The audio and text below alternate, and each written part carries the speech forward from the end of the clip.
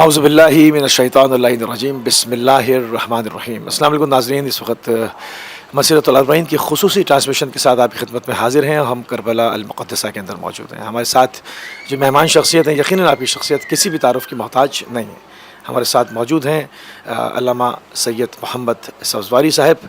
قبلہ آپ کی خدمت میں سید الشہداء کا پرسہ پیش کریں گے، آپ کی خدمت میں سلام عرض کریں گے۔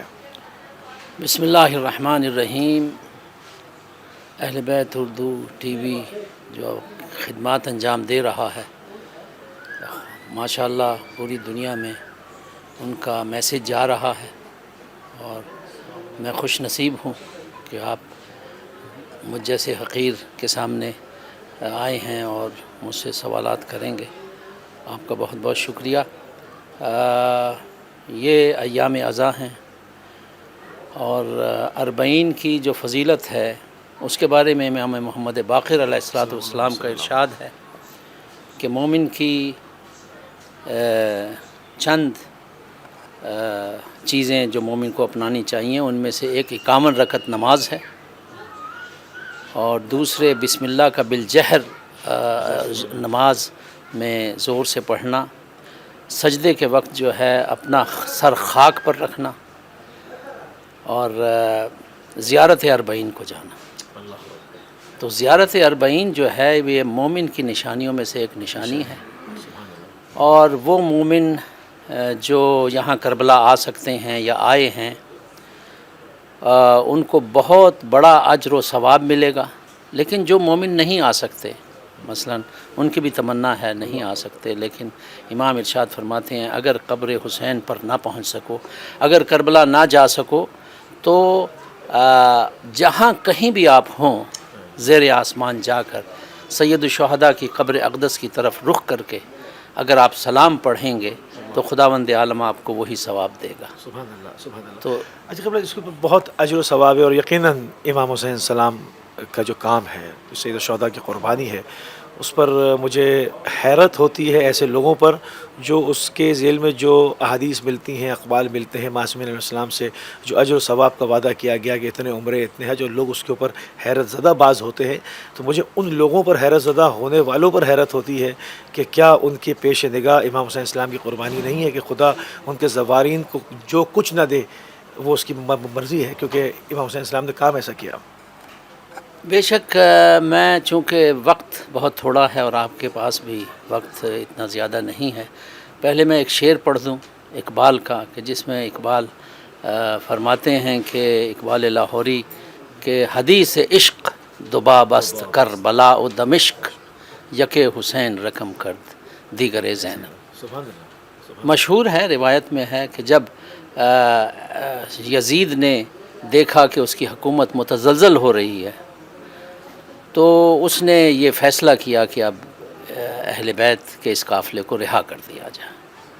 امام سجاد علیہ السلام نے آ کر پھوپھی اماں سے کہا کہ پھوپھی اماں ہمیں رہائی کی خبر ملی، تو بی بی نے یہ ارشاد فرمایا کہ بیٹا میں مدینے نہیں جاؤں گی، میں پہلے کربلا جاؤں گی، میں پہلے کربلا جاؤں گی۔ تو جو روایتوں میں آیا ہے اس میں یہ ہے کہ بعضے کہتے ہیں 1 سال کے بعد، بعضے کہتے ہیں نہیں 40 دن کے بعد۔ تو یہ جو کربلا میں سید الشہداء کی روز اربعین کی تاکید ہے، یہ سنت حضرت زینب سلام اللہ علیہ۔ تو بی بی نے اپنے حق کی آواز کو پورے رستے میں بیان کیا، دربار یزید میں بیان کیا، اور اس کے بعد جب یزید نے دیکھا کہ اب میری حکومت ان کے خطبوں سے متزلزل ہو رہی ہے، تو اس نے یہ فیصلہ کیا کہ اب ان کو رہا کر دو۔ اچھا، یزید خوفزدہ ہوا، اور تاریخ بتاتی ہے کہ اگر ہم تھوڑا سا اس ماحول کا تھوڑا سا ایک نفسیاتی جائزہ لیں، کسی انسان کے کوئی ایک موت ہو جائے تو بعض دفعہ انسان سکتے میں جاتا ہے، کبھی قوت گویائی کھو دیتا ہے، کبھی قدموں سے چل نہیں پاتا۔ یہ عموماً روزمرہ لوگ اس کو تجربہ کر سکتے ہیں، لوگوں کے ساتھ ہوتا رہتا ہے۔ ہم دیکھتے ہیں کہ کربلا میں پورا گھر جس کا مارا گیا ہو، نیزوں پہ جس کے سر آگے آگے چل رہے ہوں، اور شام میں پہنچیں، اور اس کے بعد ایک ایسا حاکم سامنے ہے، وہ غاصب ہی صحیح مگر ایک ایسا وحشت ناک درندہ جس کے لیے ایک انسانی جان کی کوئی ویلیو نہیں ہے۔ انسان اتنے صدمات اٹھا کر گفتگو کر نہیں سکتا. ہم دیکھتے ہیں کہ وہاں جا کے اور جس انداز میں اس کو خطاب کیا اور اس کے محل میں ہی اس کو لرزہ باندام کر دیا, تو یہ جو شخصیات تھیں وہیں سے معلوم ہو جاتا ہے کہ یہ کس ان کی کنیکٹیوٹی خدا کے ساتھ کس قدر مربوط ہے, کہ ان کا رابطہ الہی رابطہ کتنا مضبوط ہے. تو ان تمام چیزوں کو دیکھتے ہوئے اس وقت جیسے آپ نے کہا کہ وہ خوف زدہ, وہ اس نے رہا کر دیا, یہ خوف ابھی بھی ختم نہیں ہوا. اب ہم دیکھتے ہیں کہ جو آج کل حکومتیں ہیں وہ مسجد الاربعین سے ڈر رہی ہیں, چاہے وہ ملک کے اندر مختلف قسم کے ایونٹ ہو جائیں اس کی تو اجازت دیتے ہیں, 40 وقت پہ پابندیاں لگاتے ہیں, لوگوں کے جانے پہ پابندیاں لگاتے ہیں.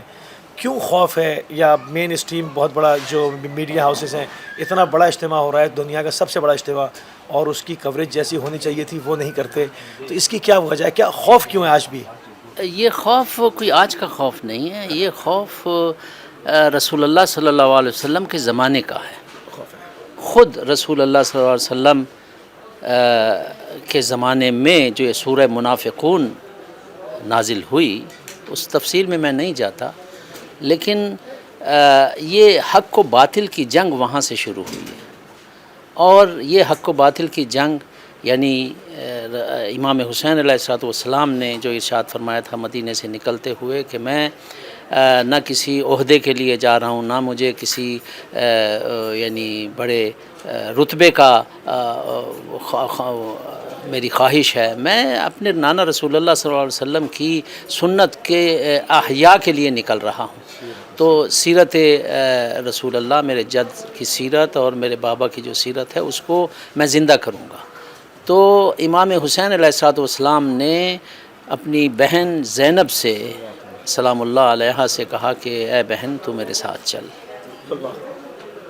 اور یہاں بہرحال چونکہ ایک پاکستانی ہونے کے ناطے اور اردو میں بات کر رہا ہوں, مجھے یاد آ رہے ہیں سید اظہر حسن زیدی صاحب, انہوں نے کہا کہ جب تحریک پاکستان شروع ہوئی, دلچسپ یہ گفتگو ہے, وہ لندن میں آئے تھے, تو میں نے ان سے کہا کہ آقا آپ مجھے کچھ نصیحت کریں.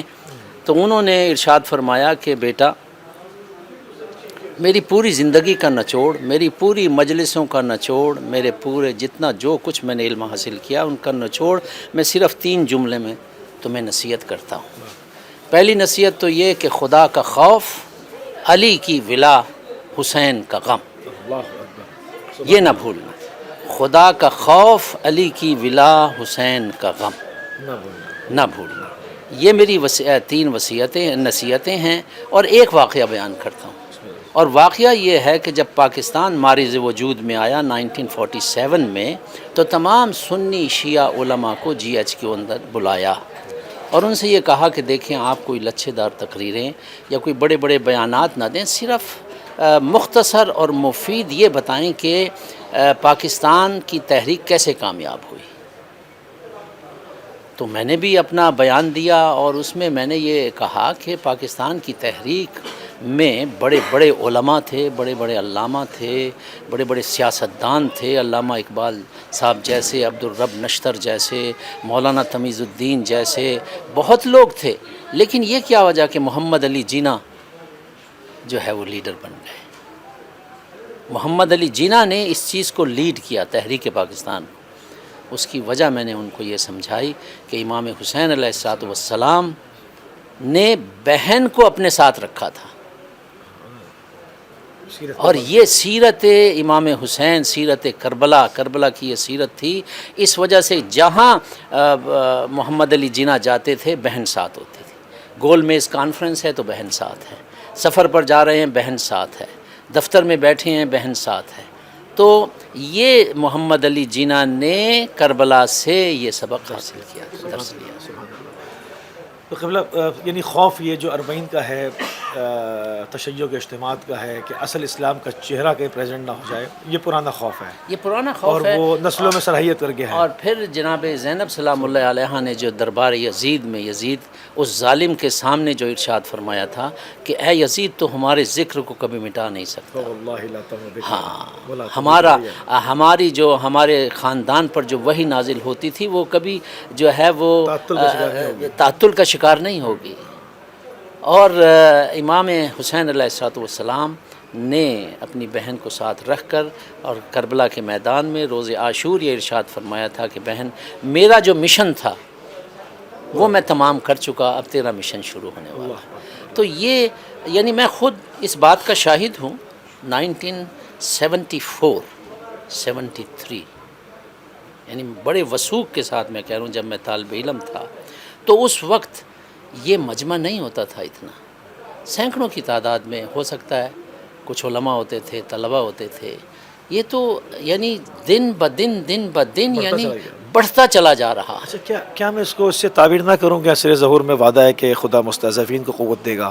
بے شک یہ مستضعفین کو قوت دے رہا ہے، اور انشاءاللہ یہ جو حق کی آواز ہے یہ پوری دنیا تک جا رہی ہے۔ لیکن ہمیں افسوس ہے کہ اتنے بڑے بڑے اس سے بھی کم اجتماعات ہوتے ہیں لیکن میڈیا جو ہے وہ اس کو کوریج نہیں دیتا۔ اچھا، ہمارا وظیفہ کیا ہے؟ مطلب ہم جیسے دیکھتے ہیں، ہم کربلا آتے ہیں اور دیکھتے ہیں کہ ایک عظیم پیغام جو پریکٹیکل کر کے دیا جا رہا ہے، جس طرح سے امام کی خدمت میں ایک انسان حاضر ہوا اور کہا کہ میں مولا تبلیغ پہ جا رہا ہوں، مجھے نصیحت فرما دیں۔ آپ نے کہا کہ کلام کم کرنا، مولا میں تو ممبر پہ جاؤں گا، لوگوں سے بات کروں گا، میں کلام ہی نہ کروں تو تبلیغ کیسے کروں گا؟ کہا کہ نہیں، اپنے کردار کے ذریعے۔ تو یہاں پر ہم دیکھ رہے ہیں کہ کردار کے ذریعے روک روک کے پیر دھوئے جا رہے ہیں، منہ دھلائے جا رہے ہیں، ہاتھ جوڑ جوڑ کے کھانا کھلایا جا رہا ہے۔ اصل اسلام کا پیغام دنیا کو پریکٹیکل یہاں سے پیش کیا جا رہا ہے۔ میرے عزیز، میں اپنا ایک نظریہ بیان کر رہا ہوں۔ میں بہت حج پر بھی گیا ہوں۔ حج پر صرف زیادہ سے زیادہ 3 ملین لوگ ہوتے ہیں، زیادہ سے زیادہ 3 ملین، اور وہ بڑھاتے بھی نہیں، زیادہ حجاج۔ ان حجاج میں اس مشن کے اندر، اس واجب حج کے اندر کہیں آپ کو سبیل ملے گی، کہیں کھانا ملے گا، کہیں آپ کو اور یہ اتنی جو فیسلٹیز ہیں یہ ملیں گی، اور وہ بھی اسٹیبل کنٹری ہے اور یہ جنگ زدہ۔ جی، اس لحاظ سے یہاں آ کر دیکھیں کہ تقریباً 23 ملین لوگوں کو 24 ملین لوگوں کو 25 ملین لوگوں کو کس طرح جو ہے کھانے تقسیم ہو رہے ہیں، پانی تقسیم ہو رہا ہے، یعنی ان کو اپنی دھوپ اور اپنے آرام کا کوئی خیال نہیں، لیکن وہ رواں دواں ہیں امام حسین علیہ الصلوۃ والسلام کی زیارت کے لیے۔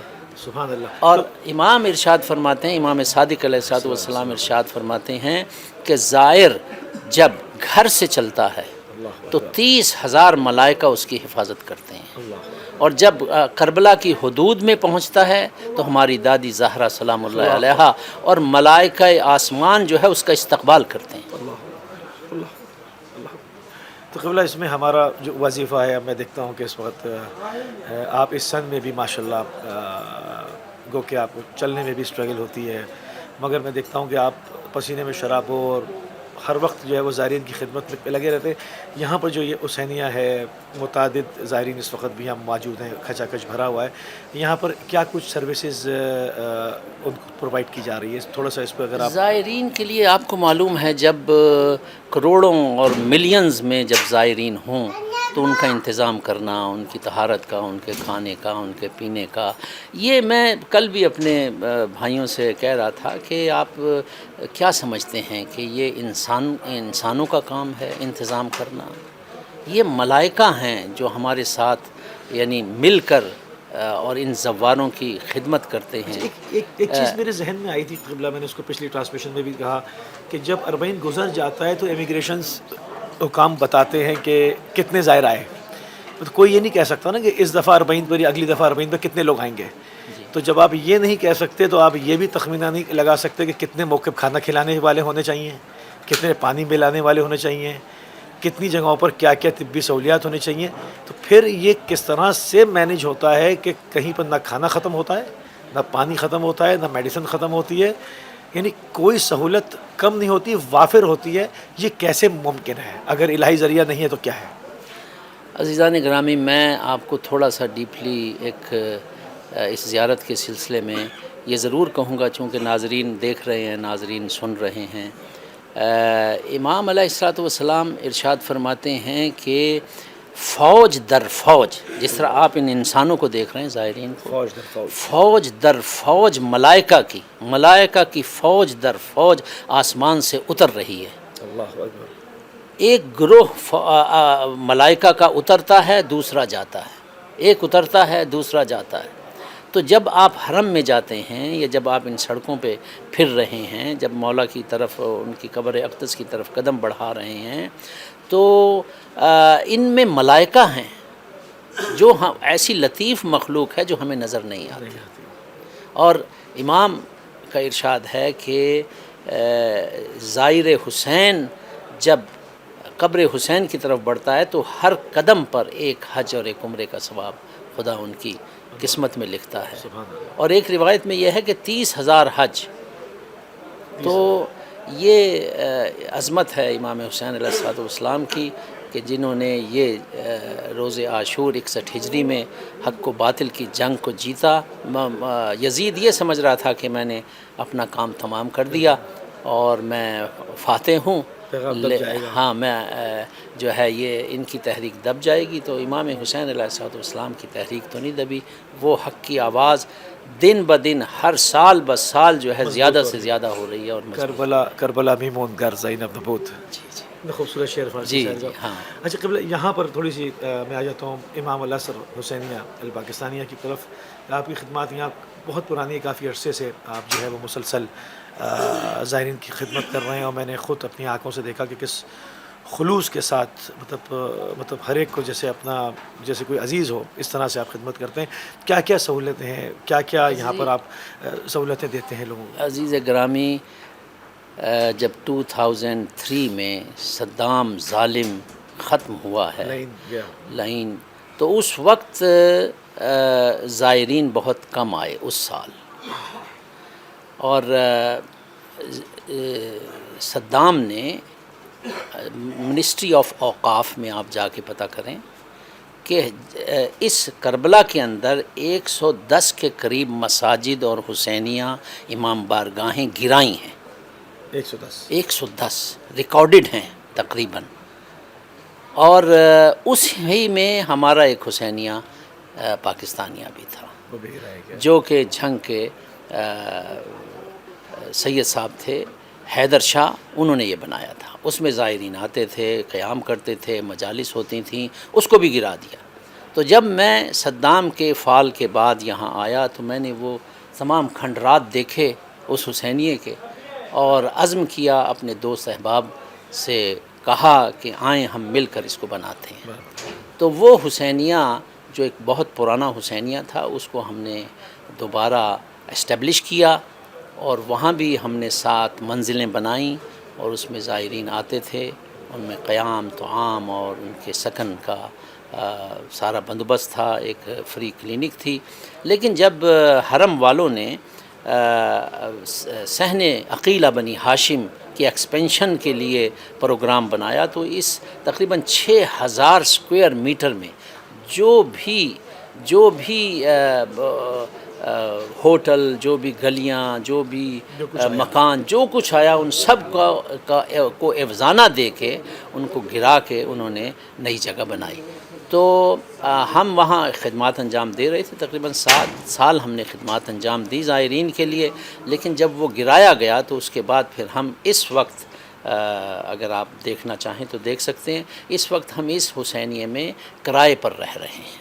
اور ہمارا عزم ہے کہ انشاءاللہ مستقبل قریب میں مومنین اگر مدد فرمائیں تو انشاءاللہ ہم ایک اور حسینیہ پاکستانیہ. اچھا، اس کے علاوہ آپ انشاءاللہ اس کے علاوہ آپ نجف میں طبی سہولیات بھی فراہم کر رہے ہیں؟ ہاں، جب یہ حسینیہ بنا تھا تو اسی وقت ہم نے ایک پروجیکٹ جو ہے ایک حسینیہ امام العصر اور العصر میڈیکل کلینک جو ہے، فری کلینک جو ہے، ہم نے نجف میں بنائی. اور اس کو 7 سال ہو گئے، وہ فری کلینک چل رہی ہے، حسینیہ ہے. اگرچہ ابھی کمپلیٹ نہیں ہوا لیکن الحمدللہ انشاءاللہ کمپلیٹ ہو جائے گا. اور یہاں زائرین آتے ہیں، بالاخص وہ غریب زائرین جو ہوٹلوں میں افورڈ نہیں کر سکتے، یا جو طلبہ یعنی افورڈ نہیں کر سکتے، ان کے لیے ہمارا یہ جگہ حاضر ہے. اس میں اس وقت جو فی الحال ہمارے پاس ہے 2 ہال ہیں، ایک عورتوں کا ہال ہے، ایک مردوں کا ہال ہے. وہ اس میں تشریف لاتے ہیں.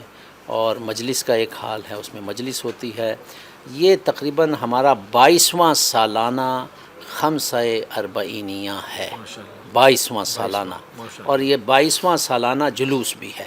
عاشور کے دن جلوس نکلتا ہے، اربعین کے دن جلوس نکلتا ہے. اور اس دفعہ چونکہ حرم کے انتظامات کے تحت ہوتے ہیں ہم، حرم جب اجازت دیتا ہے تب ہم جلوس نکالتے ہیں، تو انہوں نے اس دفعہ یہ 22واں سالانہ ہمارا جلوس جو ہے وہ رات کے وقت ہمیں اجازت دی ہے۔ ہاں، شب اربعین ہم آ سکتے ہیں، اور انہوں نے یہ ایک عام اعلان کیا ہے کہ روز اربعین زیارت کا دن ہے، تو زائر جو ہے وہ صرف زیارت کریں گے، جلوس نہیں نکلے گا شب اربعین تک۔ آج سے جو ہے موقف شروع ہو گئے، یعنی دستے ماتمی دستے، زنجیر کے دستے، یہ تمام جو ہے نکل کے سید الشہداء علیہ السلام کی خدمت میں اپنا سلام پیش کرتے ہیں، لیکن روز اربعین صرف زیارت کے لیے۔ بہت شکر گزار ہیں قبلہ آپ کے، انتہائی مشکور ہیں اور انتہائی ممنون ہیں۔ ایک عرصے کے بعد 2015 اس کے بعد 16 میں نے آپ کے ساتھ آخری ٹرانسمیشن کربلا سے کی تھی، اس کے بعد آج جو ہے وہ موقع ملا۔ عالم آپ کو طول عمر دے، خداوند عالم آپ کو ہمت دے کہ جس ہمت کے ساتھ اور جس دانش مندی کے ساتھ آپ جو ہے قرآن اور اہل بیت کا پیغام لوگوں تک پہنچا رہے ہیں، یہ ایک امر بالمعروف اور نہی عن المنکر کا ایک فریضہ ہے جو آپ انجام دے رہے ہیں۔ بہت شکریہ، جزاک اللہ، بہت شکریہ۔ مسئولین ہیں، ان کے جو ہیڈ ہیں، خداوند عالم ان کو بھی طول عمر عنایت فرمائے کہ وہ مشکلات کے باوجود اس کو سنبھالے ہوئے ہیں اور مشکلات کے باوجود اس کو چلا رہے ہیں۔ بہت شکریہ، بہت شکریہ۔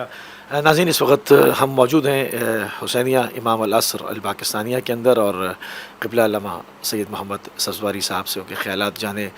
اربعین کی جو زیارت ہے، اس پر کیوں پوری دنیا اس سے خائف ہے، اور اس پہ چلنے والے قدم، خاک آلود قدم جب بڑھتے ہیں سید الشہداء کی جانب، تو پروردگار کیا کچھ ان کو عطا کرتا ہے۔ ان تمام چیزوں کو لے کر آپ کی خدمت میں حاضر تھے۔ اس وقت ہمارے پروگرام کا ٹائم تمام ہو گیا، انشاءاللہ جلد آپ سے پھر ملاقات ہوگی۔ اب تو اجازت دیجیے، السلام علیکم ورحمۃ اللہ وبرکاتہ۔